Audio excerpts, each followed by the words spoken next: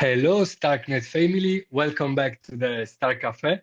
This is Nur Star, your personal Star barista. And once again, we are ready to serve you with some very special Starknet content. So, guys, today I'm very excited as we are holding a very interesting show. Hedy from SpaceShard. And hello, Hedy. Welcome to the Star Cafe and congratulations for the launch of the Nimbora mainnet. Thanks a lot for that, and thanks for having me. I'm having a bit of issues with your microphone, so not sure if that is the case, but yeah, it's breaking a bit, but I can hear you like relatively well. Oh, okay, very well. A suggestion, Hedy, while I'm speaking, try mute yourself. I will do. Sorry. And I think that's the reason Yeah, why. probably. Very good. Thanks a lot. First of all, let's start with an icebreaker about yourself, Hedy, because seeing that this is the first time that you come to the Star Cafe.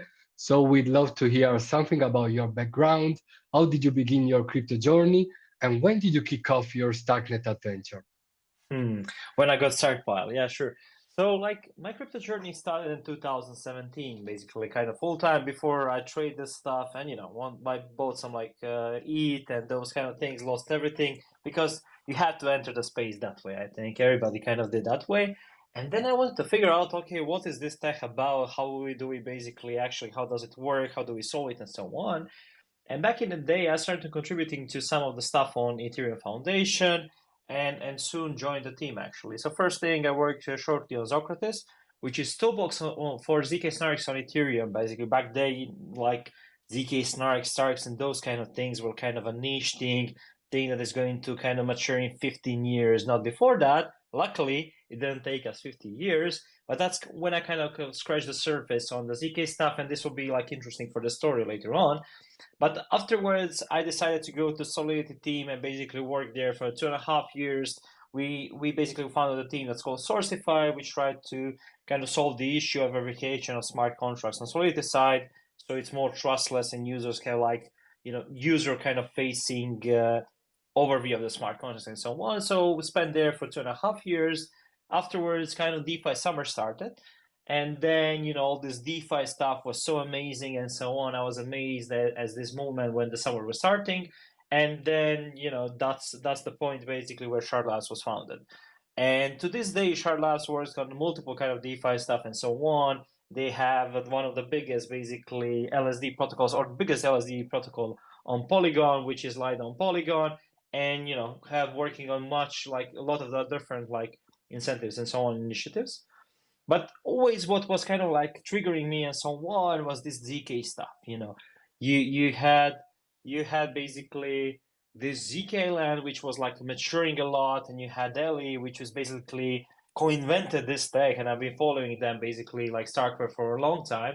Actually, the first time I heard about Starkware was when they got a reward for solving one of the Ethereum Foundation kind of issues they had, and they killed it, and they won over 2000 ETH. So they basically know what they're doing, and I've been following their like work closely.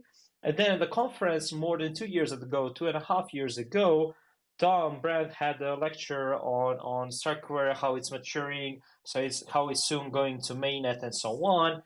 And basically back then it was like, oh, it was a law at first sight moment, and I decided shortly after that to focus like solely on Starknet.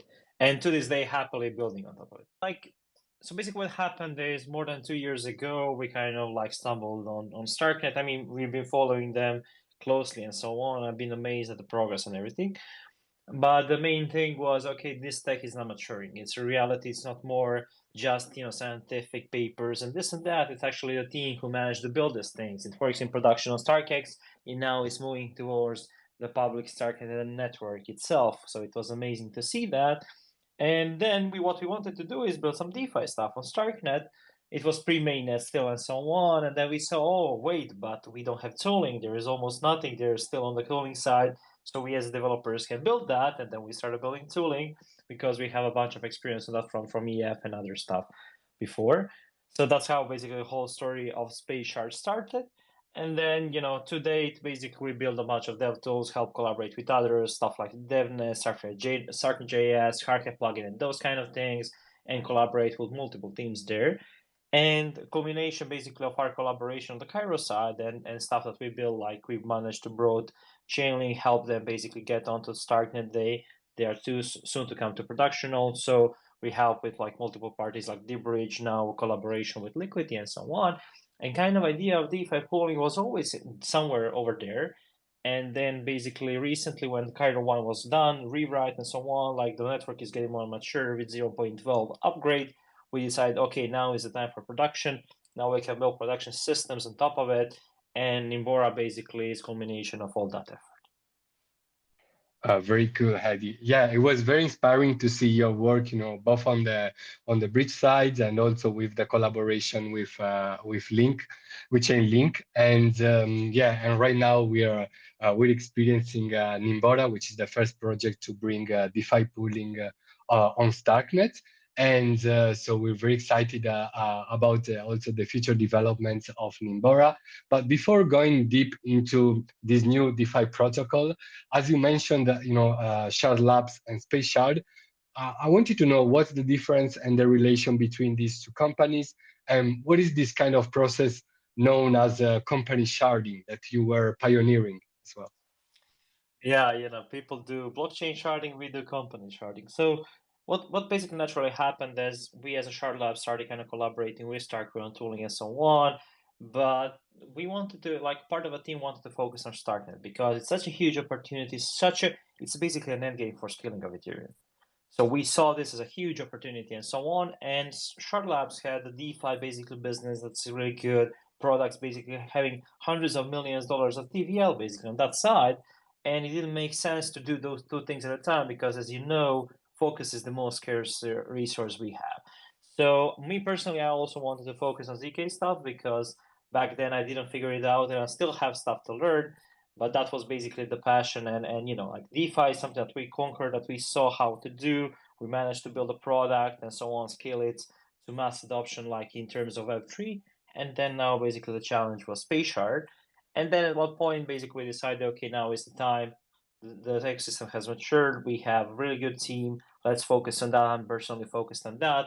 Part of a team on Shard Labs. They will work on Shard Labs and those kind of DeFi stuff. But we are focused only on Starknet and in like with SpaceShard and only basically building this, including product side and also basically tooling side. Very well, Hedi. And yeah, the last point before fully concentrating ourselves on Nimbora is that like something that I noticed and during the last year from Space Shard, and that I must give you a lot of credit for, is that Space Shard has put a lot of effort in building a very well structured blog with a lot of articles, not only about your own tech contributions, but also about the whole Starknet ecosystem.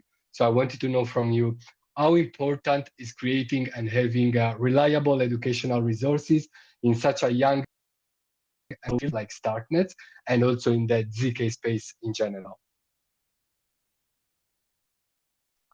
I think like why we did that is to simplify the experience and the journey we had because we had to learn everything from scratch, dig into every piece and so on. And we're building basically tools that developers want to use. We want to onboard developers, make their life easier and so on, onboard them kind of to build stuff faster and so on.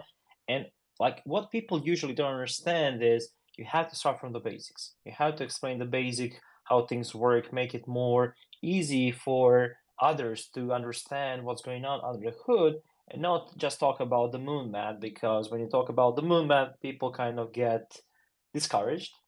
So basically you have people leaving and so on, and this is not a tech or this is not something that can be basically learned. It's actually quite simplified and so on. Ellie did amazing kind of stuff on that front also, like with webinars and so on.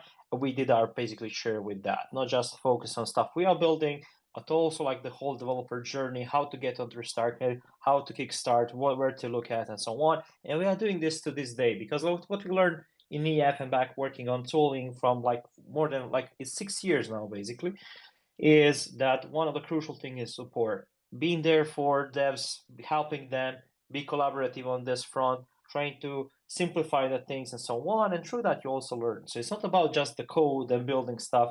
It's also about onboarding, getting people on, using your stuff and improving. And one part of it is education, which is crucial in this sense, and getting it simplified so people can onboard and see, okay, this is not something moon math, it's not complex. I can learn it and I can participate in the ecosystem, which is why Starknet is the biggest ZK ecosystem to this day.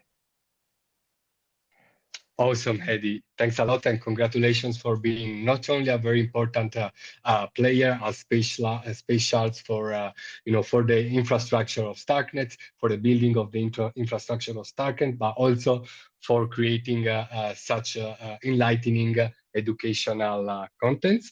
And going back to the practical area, too, you recently, you at Shard Labs recently announced Nimbora, a DeFi pooling project that will let users interact with L1 protocols directly from Starknet, enjoying the speed and the cheap transactions of a layer 2. So could you explain to us what is Nimbora, how was the idea behind it came up, and why and how is it being developed? No, absolutely. So it's culmination actually also like a long time basically. One of the first things when when we saw basically this is needed is when we relied on Polygon, because also what happens there is you have Matic token, which is mostly used on Polygon, and you have staking, which is done on mainnet. So we had to build some kind of system which makes basically these things attract. The main differentiator is Polygon is kind of a sidechain layer 2 and so on. It doesn't have the ZK security that Starknet has. And basically here we had also like secure like experience of that and so on. But to go step back, what's the idea behind DeFi pooling as a term? So the whole idea is like a couple of us or like 5, 10 of us have the same intent. We want to stake and earn some yield on that. We want to borrow from L2. We want to do something else. But the whole idea is multiple users want to do the same thing. So why wouldn't we do it communally so we share the cost? If there are 5 of us doing that thing and a transaction on mainnet costs like $5, well, each of us pay 1 plus some bridging fee and so on and some L2 fees, which is much, much less than what you would pay usually. And this way we make DeFi accessible on layer 2 to normal people without paying exorbitant fees and so on. And this is what Nimbora is. It's DeFi pooling product aimed for mass adoption that will enable us to scale Ethereum to masses and make it basically cheap and affordable, but still secure. Because that's the key point. The ZK kind of magic enables us to have all these things with the security of Ethereum. That's great, Hedy. And I've been having a look at Nimbora's website, and I also had the opportunity to be one of the testers, the protocols. And as some people notice, we already have like a use case which is liquidity. So could you explain to us how liquidity works, and also why did you choose liquidity in the specific? Absolutely. So, like, let's first start with, what is the most used use case in DeFi? Stablecoins, payments with stablecoins, transfers, and so on. If I'm not mistaken, to this day, 70% of the transactions on Ethereum and all other basically like EVM chains and connected chains to that, L2s, are stablecoin transactions, which means that the product market fit of blockchains at this point is mostly DeFi related / stablecoins and then transfers and stuff. So as a natural step, when you have a new ecosystem that Starknet is, one of the first things you need to do is bring in stablecoins. In the category of stablecoins, we have 2 kinds. One which are trusted, like USDC, USDT, which, you have some blacklist and stuff. If they don't like you or somebody says, okay, this is not your money anymore, they can just froze it. We don't really like in DeFi those kind of things. We don't really like others, doing whatever they want with our money, because that's a TradFi thing. So where do we go from here? What's the best decentralized stablecoin out there? And it's liquidity. And when we basically started talking with them and so on, it was immediate basically click. Okay, this is definitely something that they need. They need to scale on L2s, get user cheaper access to LUSD fully trustlessly, and the best out there, basically the roll up out there to do that is Starknet. So basically collaboration was natural, and it just clicked on the first basically thing. But the whole idea is, again, giving us access to users fully trustlessly with the security of L1, access to stablecoin, which nobody can take over for you. So that's kind of where collaboration and why collaboration with Liquidity was the first one, and we'll expand basically later on multiple stuff on that front. I believe that Starknet has a huge potential to be one of the payment networks that can be, because it will be like fast, still it's kind of faster than everybody else, like with hundreds of TPS, cheap transactions and so on, and scalable, where you can have mass adoption of the next generation of users. Very exciting, and I'm really impressed also from the platform itself. And the first Thanks time for that. I used, you're welcome.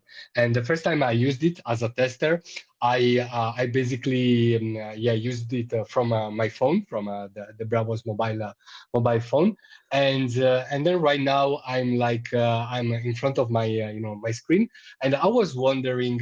Is there already liquidity for the LUSD token? Stablecoin?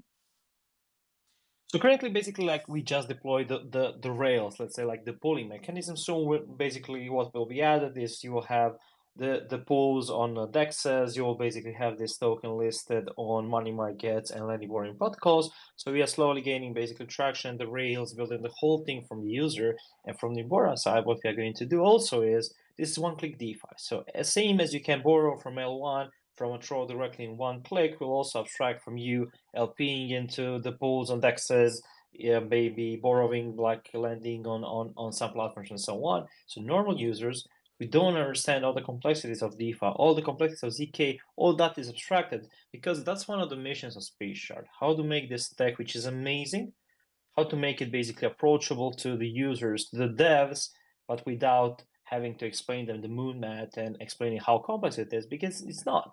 We can abstract these things and make it simple to use. So as a next step, basically, what basically we are waiting in the next couple of weeks, definitely listing LUSD with some other, like there will be LP opportunities for like DeFi, those who want to LP, and on the money markets basically down the road. Very well. So if I got it right, you will soon implement like some sorts of pools or and also like swapping functions. So that, for example, if I want, in my own case, like I deposited a collateral of $90 worth of Ethereum. And then I got like a loan of $30. And if I wanted to to turn these $30 into Ethereum, like for a trade or something like that. Will there be like a swapping function in the future? Exactly. One of the alphas, okay, we have to share the alpha. We're working with Avenue at this stage, basically, to integrate Avenue, so we'll be able to use multiple decks in the background, because it's amazing team what they managed to build and so on. It's definitely one of the kind on Starknet. And we'll collaborate with them to get basically integration of this. So you basically have, you get LUSD on Nimbora, you have it on Starknet in the wallet. If you want to swap it, or if you want to LP maybe on some of the pools and dexes, why not? That's the obvious next step. And the whole idea is, again, one click, vary all the stuff, abstracting all the complexities and so on, so you can kind of use it simply. That's a lot. Forgive me if I extracted this half of No. with my Oh, question. well, that's why we are here. I have to share some alpha just Excellent. for you. That's great. Yeah, really looking forward to dealing and to playing with all these additional implementations on Nimbora. I think there's a lot of potential, and I mean this will be loved by users because they will have just a one click platform to do multiple actions, and that is also made possible, by the power of the tech behind Starknet, multi-cores, this kind of stuff, and. Yeah, I don't know if you also want to add some additional alpha or details about Nimbora. What can we expect in the next 3 6 months? And also, Absolutely. as like, are you planning to bring over other protocols as well? Absolutely. So like there are multiple basically venues that we are going to expand. We want to make this a community owned product, which means basically multiple parties building on this, most similar thing to this, let's say, is Dojo on the ecosystem side, where you have kind of whole community around games and so on. And the idea with this like DeFi pooling and Nimbora itself is that it's rails for the Starknet DeFi to kick off. So so we can kick off, get the assets, get the liquidity on Starknet, getting going, so we can get native integrations and stuff on Starknet. So looking at next to 3 to 6 months, we're aiming to bring like big players from L1, like that are in staking business, LSD business, and so on, that are in yield generating business, different kind of vaults and so on, getting all those things to Starknet, offering basically that at a cheaper price to the users.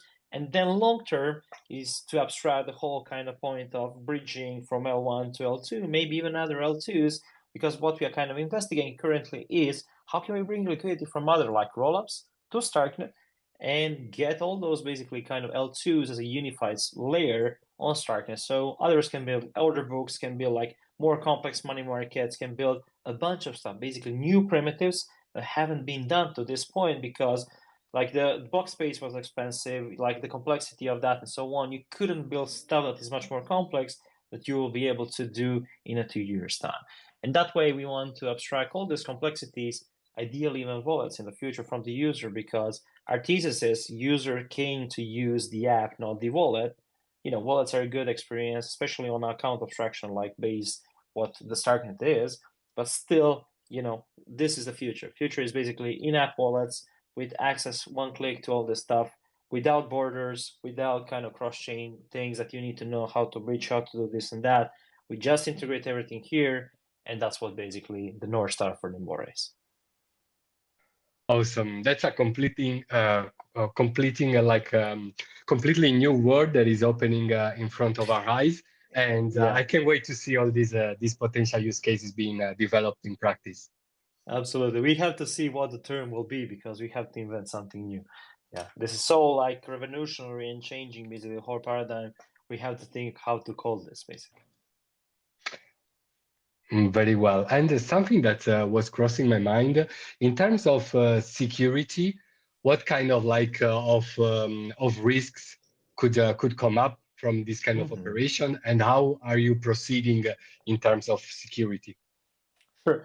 So like there are no really like bigger risk than using Starknet because we rely on sequencer improvers basically under the hood on the Starknet canonical bridge, which I would say is much more secure than most of the like other bridging solutions because we have canonical bridge.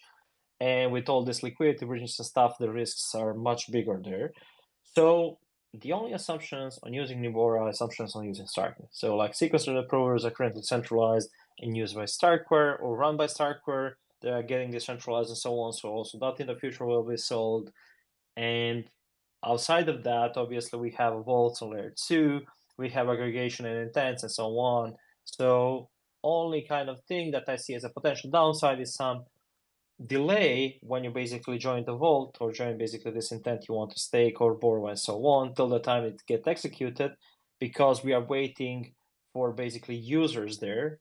So we have multiple users so we can share the cost with them. That's the only reason. Technically we can execute this faster, so it's not an issue on that front either.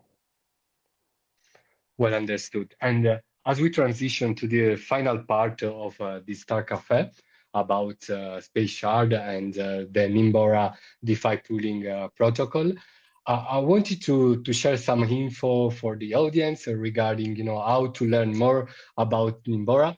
First of all, attached to this space in the comment section, you will find also the link to the initial Twitter space, as we had some tech problems at the beginning.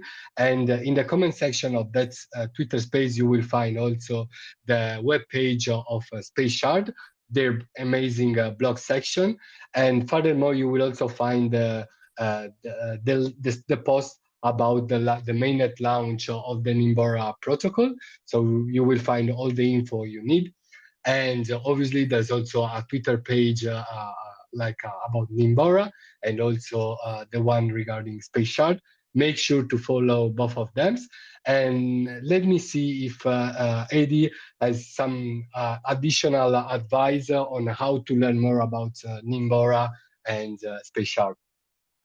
Absolutely. As you said, like with SpaceShard, we have a blog which we are going to post a lot on how to do this, how to basically expand, what are kind of all this kind of things, explainers, education both on DeFi pooling, on Starknet, and how the whole thing works.